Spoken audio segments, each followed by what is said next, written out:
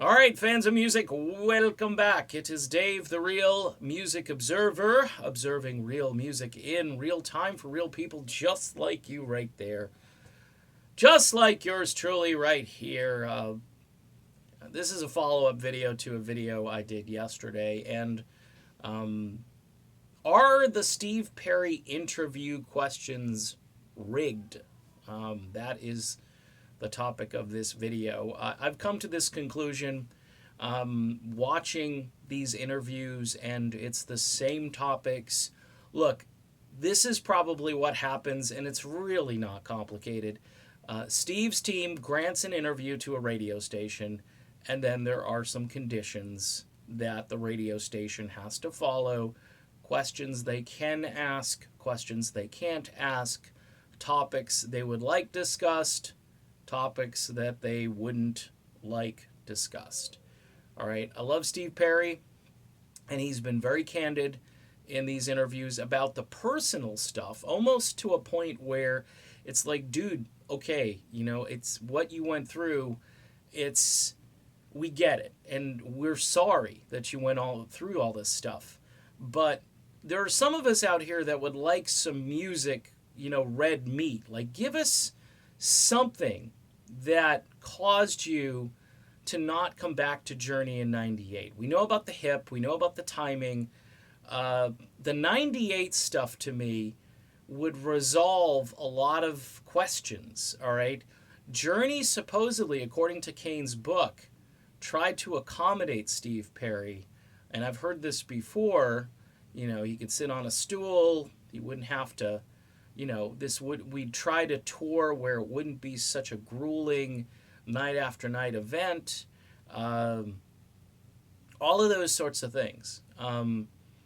Just get the surgery. You know what I mean? Perry said no. It may just have been the fact that they were telling him to do something. And at that point, he's like, no, you guys have told me to do things that, I don't want to do and so forth. You get that rebellious spirit where somebody tells you to do something and you do the opposite of that. That might have been the vibe back then. I don't know, but these would be great questions for an interview. And you got this big station in New York. Perry goes on, and again, it's a psych evaluation. And look, I guess, am I tired of the story of what he went through, and his girlfriend gets cancer, and he chooses to be with this woman, which was a noble, amazing, awesome thing. It shows you the kind of human being he is. We've heard it a few times over and over now, and don't think that Steve Perry fans don't, go and listen to interviews online, because obviously Steve Perry fans are listening to every word the guy says. So we've kind of gotten that same information over and over and over again. What about your relationship with Jonathan Cain? What about your relationship with Neil Sean? What about your relationship with Steve Smith, for instance? There's a guy you fired from the band, and Ross Valerie, too. Do you talk to any of those guys? Probably not. My guess would be probably not. I was told through a really, really good source that for Trial by Fire, it was Neil Sean who begged and pleaded management to bring both Smith and Valerie back in. That there was a possibility that they were going to do that album without Smith and Valerie. Look, I'm not saying Steve Perry is a perfect human being, and I think there's so much water under the bridge. But keep in mind, at one point during an interview, when they were talking about the Rock and Roll Hall of Fame, and Perry gets up there, and Perry describes it really well and talks about, throwing away the speech that they had written for him, or at least not reading the teleprompter, and he had his own notes. And he said something like, gee, I wasn't sure how this was going to go because we had a history. So Perry was still, after almost 20 years, carrying that history and worrying about that history. You don't say that. You don't say the words history. It's kind of like a girlfriend. Oh, we had a history. And that's a nice way of saying we didn't get along all that well. So, hey, you mentioned history. Like, what are you referring to specifically that you're still carrying to this day? I mean, talk about a question that everybody would be like the old E.F. Hutton commercials, you know? People would be like, yeah, yeah.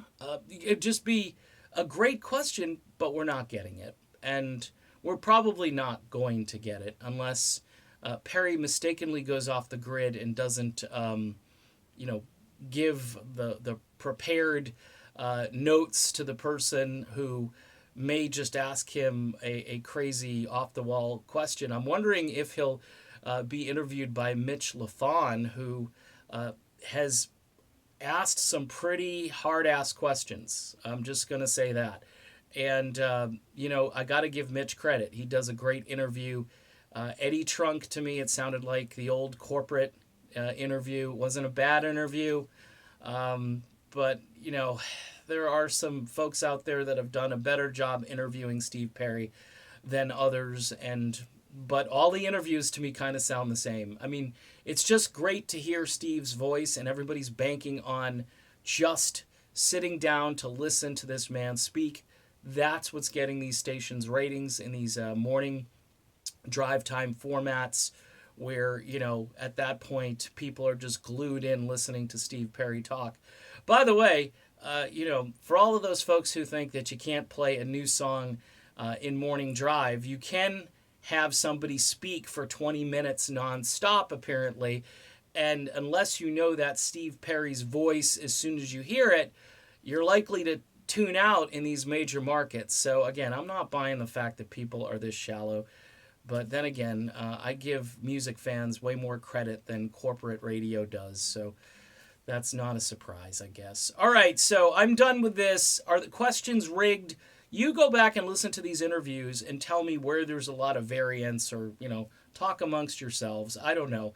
It just seems to me that we have this great opportunity to get to the bottom of certain things that have gone on and become legend and become urban legend and all this stuff. 1998, what happened with Journey? To me, that would be a pivotal question, but apparently it's not going to get asked.